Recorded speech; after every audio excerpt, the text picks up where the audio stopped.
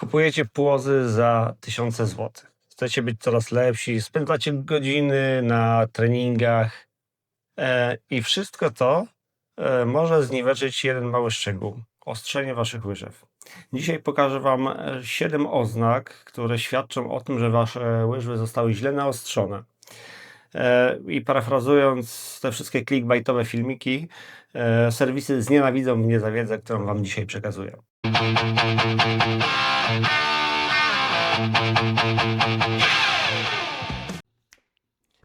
Zaczynamy.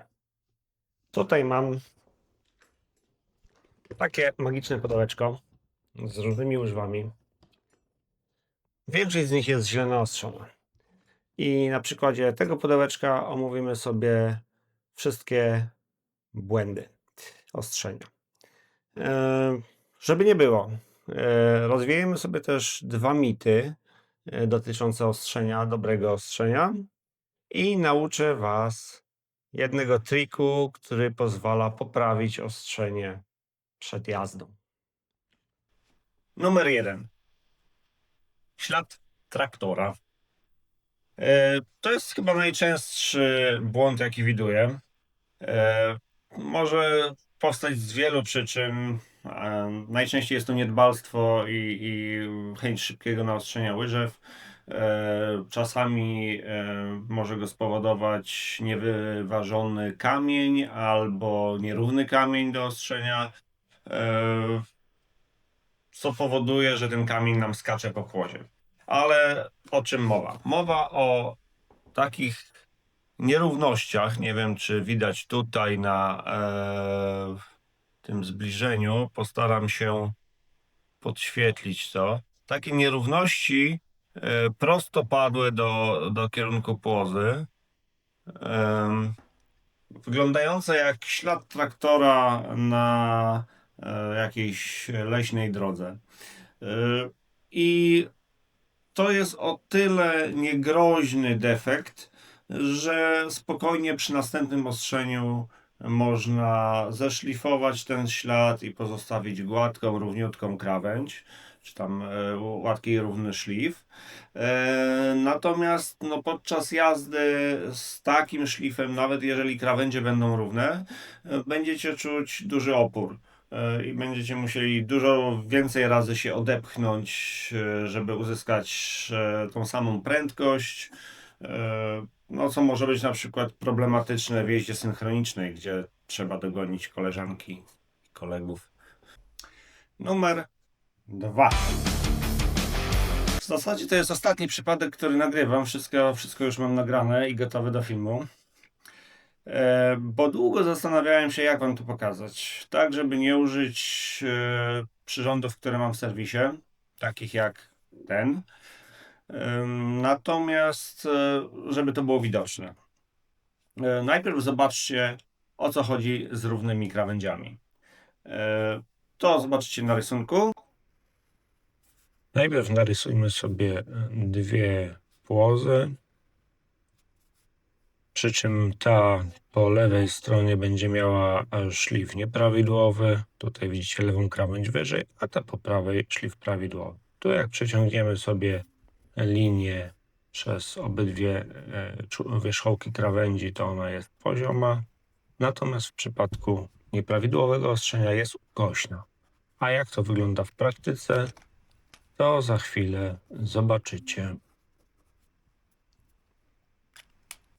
A teraz wam to pokażę na przykładzie.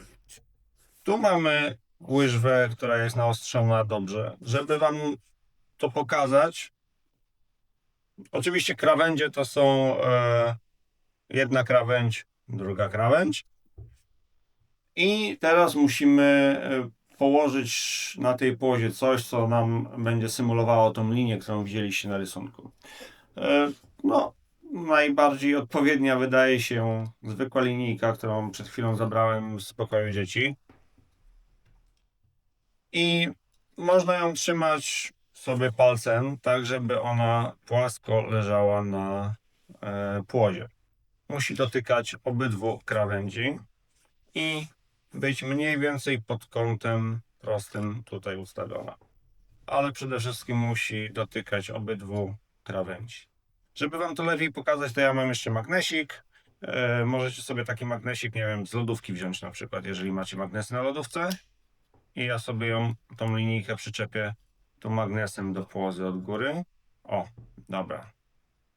I teraz nie będę musiał palucha wsadzać w ekran. O, jeszcze lepiej to na mojej czarnej koszulce będzie widać. Więc ten kąt między płazem płozy a linijką powinien być kątem prostym, jeżeli płoza jest dobrze naostrzona.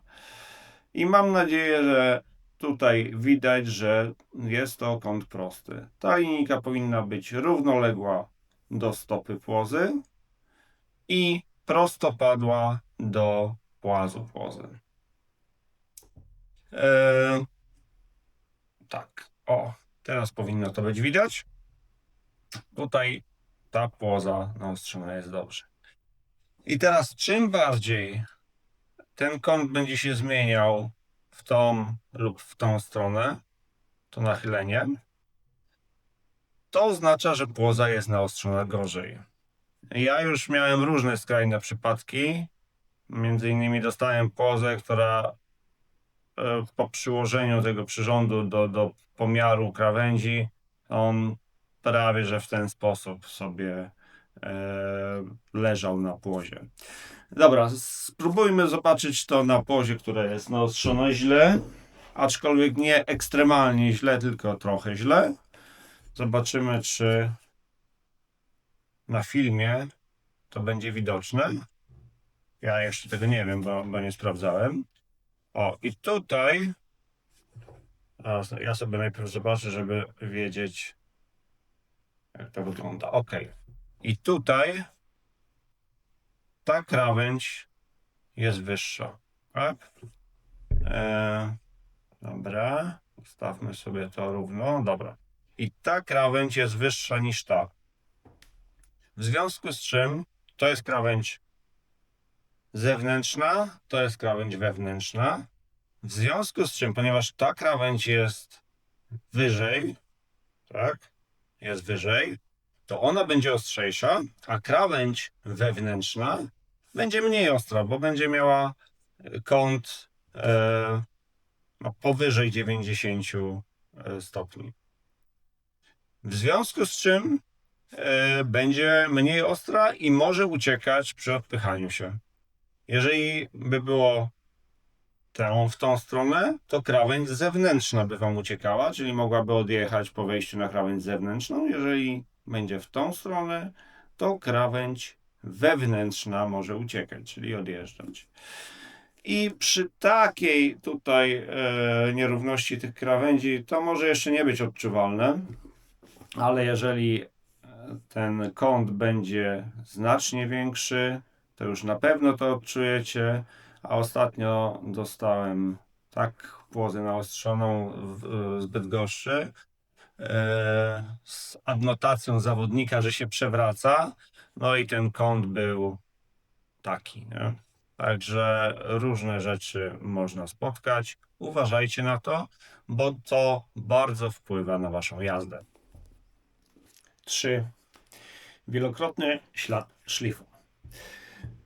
Co to jest wielokrotny ślad szlifu? Otóż to jest sytuacja, kiedy ostrzący nie za bardzo umie ustawić wysokość kamienia i kilkukrotnie przejeżdża po płozie, korygując tą wysokość, ale nie szlifuje tej płozy na całej jej szerokości, tylko pozostawia kilka takich śladów przejazdu. Zobaczcie, nie wiem, czy to będzie widać tutaj na czubku. Ja już sobie wcześniej nagrałem makro z tego, więc zaraz wam wrzucę. No i czym to skutkuje? Skutkuje to tym, że nie macie wymaganej głębokości rowka. Czasami nawet krawędzie będą równe, ale głębokość rowka na pewno nie będzie taka, jaką chcieliście. Płoza będzie po lodzie prowadziła się zupełnie inaczej. I tak szczerze mówiąc, to nawet rzadko te krawędzie są równe, bo no, ciężko uzyskać równe krawędzie, pozostawiając tak dużo różnych szlifów. Dlaczego tak się dzieje? Zaraz Wam narysuję. To bierzemy się za rysowanie. I teraz tak. Tu mamy kamień, który nam tą łyżwę ostrzy. I teraz ustawiamy sobie płozę. Płozę ustawiamy w ten sposób i ostrzący zaczyna ostrzyć. W związku z czym powstaje rowek, który wygląda mniej więcej tak. Jak ostrzący sprawdzi sobie krawędzie, to mu wyjdzie, że no jest to krzywo, bo linia tych krawędzi przebiega w ten sposób. W związku z czym przestawi kamień i zamiast, może innym kolorem narysuję, zamiast tak jak był, ustawi go tak. I teraz naostrzy mniej więcej w ten sposób. W związku z czym dostaniemy szlif taki.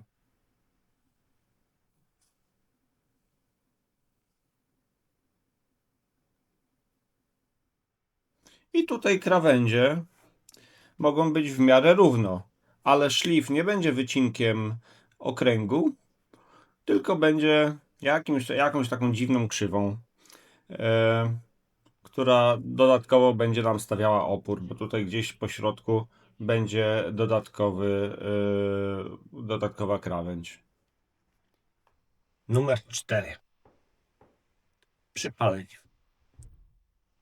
I tak, jeżeli chodzi o przypalenie, to defekt ten powstaje w momencie, kiedy ostrząsy albo za mocno przyciśnie łyżwę, albo przy twardych płozach i wąskich płozach, takich jak hokejowe, za mocno przyciśnie koniec, czyli pojedzie tym ruchem takim, już ściągając łyżwę ze stołu i wtedy przyciska za mocno końcówkę łyżwy i ta łyżwa zostaje przypalona i pojawia się taki ciemny nalot.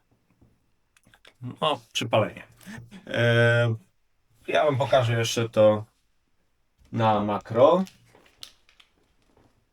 Może mi się uda.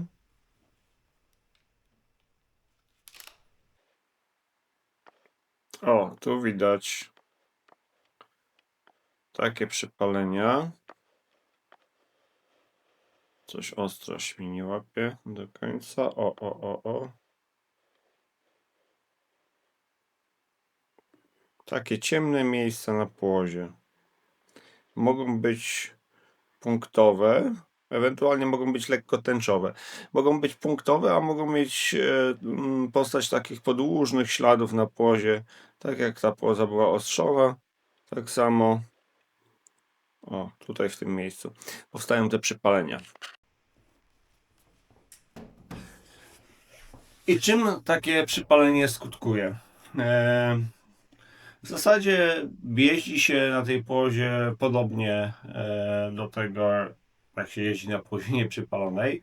Natomiast przypalenie przegrzewa płozę, co sprawia, że stal się rozhartowuje. Ona jest po prostu bardziej miękka w tym miejscu, gdzie została przepalona. No i szybciej będzie traciła swoją ostrość. Jeżeli jest to takie lekkie tylko przebarwienie, to nie ma problemu, ale jeżeli ta poza naprawdę została przepalona mocno, to rzeczywiście to może skutkować takim rozhartowaniem mocniejszym i częstszymi wizytami później w serwisie. Numer 5. Uszkodzony ząbek. Jest to przypadłość, która dosyć często się zdarza i powstaje w dwóch takich szczególnych momentach. Jeden to jest, kiedy ktoś ostrzy właśnie łyżwy po hokejowemu, czyli leci sobie ślizgając się tam płozą po kamieniu, tak po łuku, i wtedy najczęściej nie zwraca uwagi za bardzo na ząbek i go zahacza.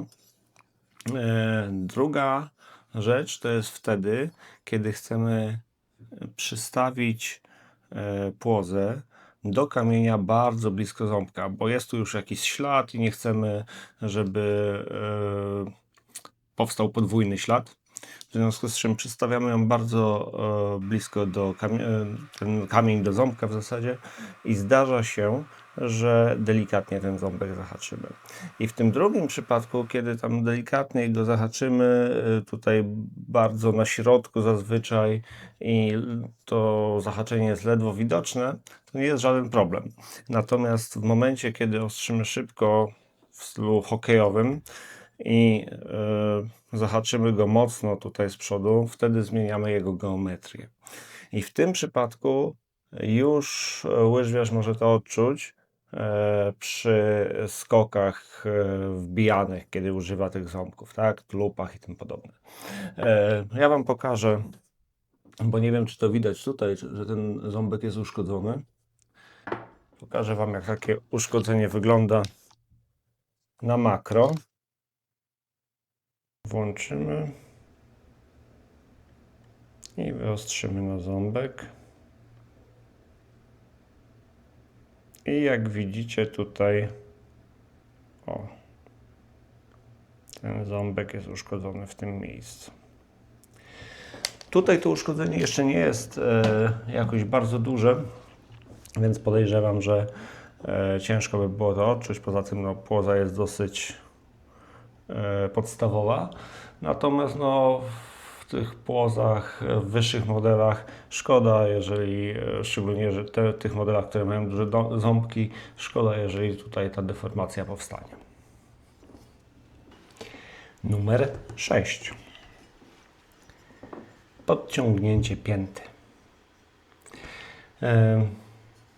Ten błąd polega na zbyt mocnym docisku w końcowej fazie ostrzenia, czyli tutaj na końcu płozy. W momencie, kiedy ostrzymy i dociśniemy bardziej koniec, podciągniemy tą część i sprawimy, że tutaj po kilku przeciągnięciach powstanie łuk. I to sprawia, że łyżwiarz jest mniej stabilny na lodzie i pojawia się tendencja do wyjeżdżania łyżew spod łyżwiarza, tak? Czyli nie mamy tej stabilności do tyłu.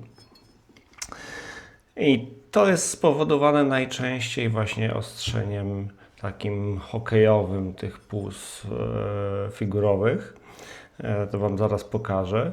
Mimo szczerych chęci, co zobaczycie na filmie, mnie nie udało się jakoś bardzo zaokrąglić tej płozy. O, tutaj na mojej czarnej koszulce to będzie lepiej widoczne. Naprawdę się bardzo starałem, a czasami do mojego serwisu trafiają tak podciągnięte płozy, że w zasadzie ten szlif kończy się tutaj i powstaje taki czubeczek. Także nie wiem, co trzeba zrobić, żeby aż tak bardzo tą płozę podciągnąć. O, i zobaczcie, ja tutaj się staram jeszcze przyłożyć blisko ząbka, ale nie wykonuję tego ruchu kołyski na początku. Natomiast z tyłu ładnie kołyszę tą płozą, czego oczywiście robić się nie powinno. Powinno się prowadzić ją równolegle do kamienia.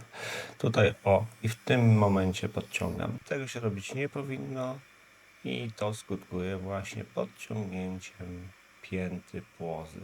I tak szczerze zastanawiając się, co trzeba zrobić, żeby mocniej podciągnąć tą piętę, wydaje mi się, że po prostu jeżeli w maszynie jest dużo większy kamień, on jest dużo bardziej agresywny, wtedy ta pięta rzeczywiście łatwiej jest ją podciągnąć.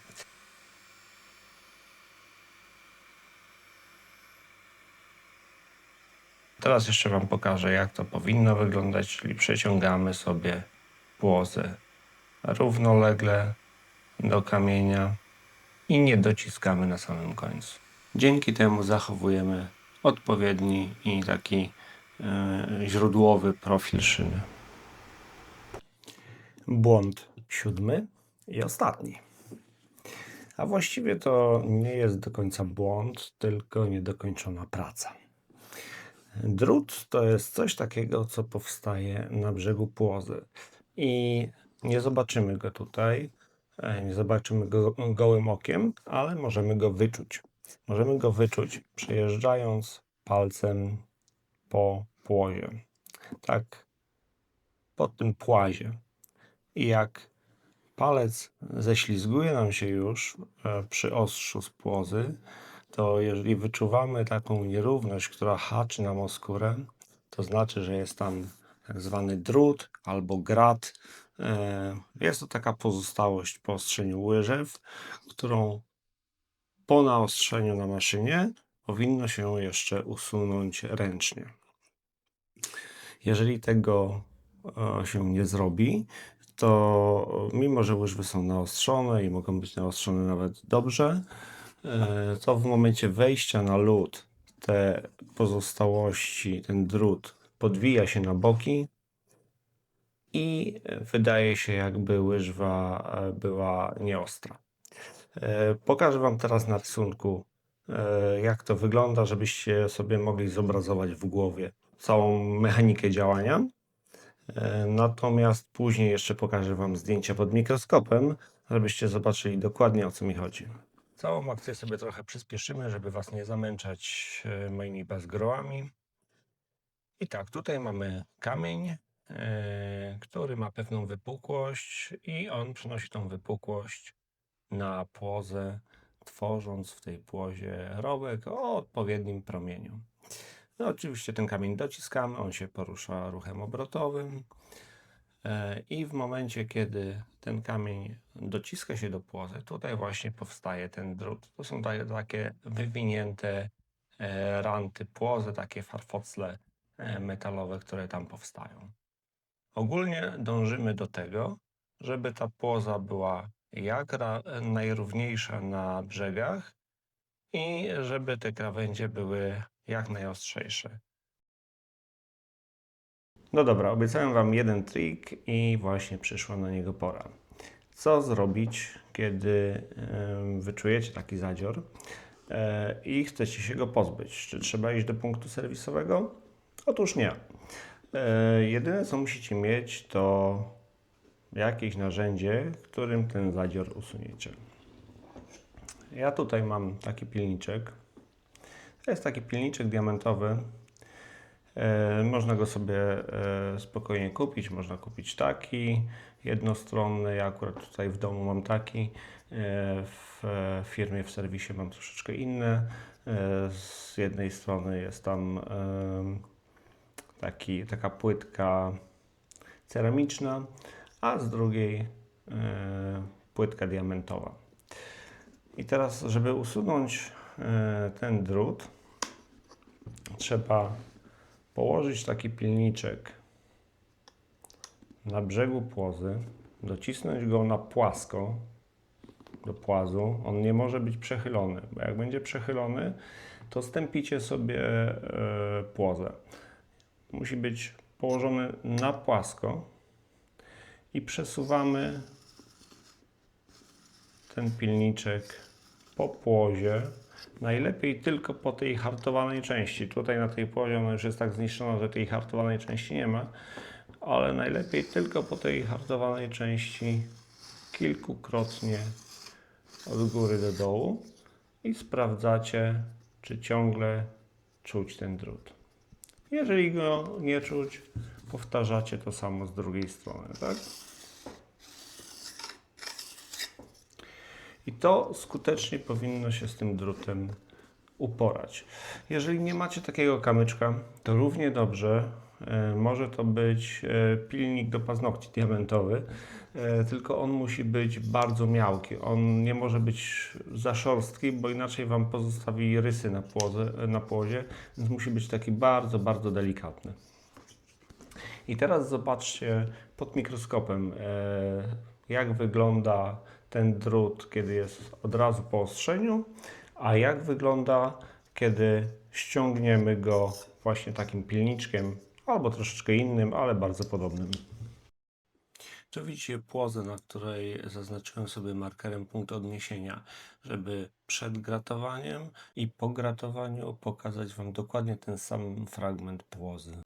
Teraz widzicie już zdjęcia z mikroskopu z widocznym markerem i u góry jest płoza przed zdjęciem drutu, a na dole po. No tutaj różnica jest dość wyraźna. Widzicie, jak spojrzycie na krawędź, to widzicie takie zadziory różne, jaśniejsze, i to jest właśnie ten drut. To są te takie farfocle. Żeby uwidocznić je jeszcze bardziej, podświetlę je tutaj na czerwono i teraz już wyraźnie widać, że przed zdjęciem drutu jest ich znacznie więcej, a po, no to w zasadzie już ich tutaj nie ma. Na koniec naszej przygody z dzisiejszym filmem rozprawimy się z 2 mitami. I pierwszym z nich będzie mit, że łyżwa po dobrym naostrzeniu musi stanąć i stać. Zobaczymy sobie, czy ta łyżwa stanie. Dobra. Spróbujmy ją postawić. Nie bardzo chcę. Proszę bardzo, udało się postawić łyżwę. No rzeczywiście, akurat ta łyżwa jest dobrze naostrzona i udało nam się ją postawić. Ale niekoniecznie. Łyżwa po dobrym naostrzeniu, nawet kiedy krawędzie są idealnie równe, nie musi nam stać w ten sposób. O, ktoś nam tutaj dzwoni. To za chwilę będziemy odbierać. Łyżwa nie musi stać, ponieważ to, czy ona będzie stała na płaskiej powierzchni, na płozie, na szlifie, nie zależy tylko od tego, czy ten szlif będzie prawidłowy, czy nie. To zależy też od tego, jak ustawiony jest środek ciężkości buta. To znaczy, czy nawet jeżeli sznurówki przerzucimy na jedną lub na drugą stronę, to łyżwa będzie nam stała lub nie. Jeżeli język przekręcimy w łyżwie, to też łyżwa będzie stała lub nie. Poza tym to bardzo zależy od przykręcenia płozy do łyżwy, gdzie ją przykręcimy, gdzie ona jest przykręcona, czy producent ją przykręcił tak jak tutaj, czy ktoś ją przykręcał.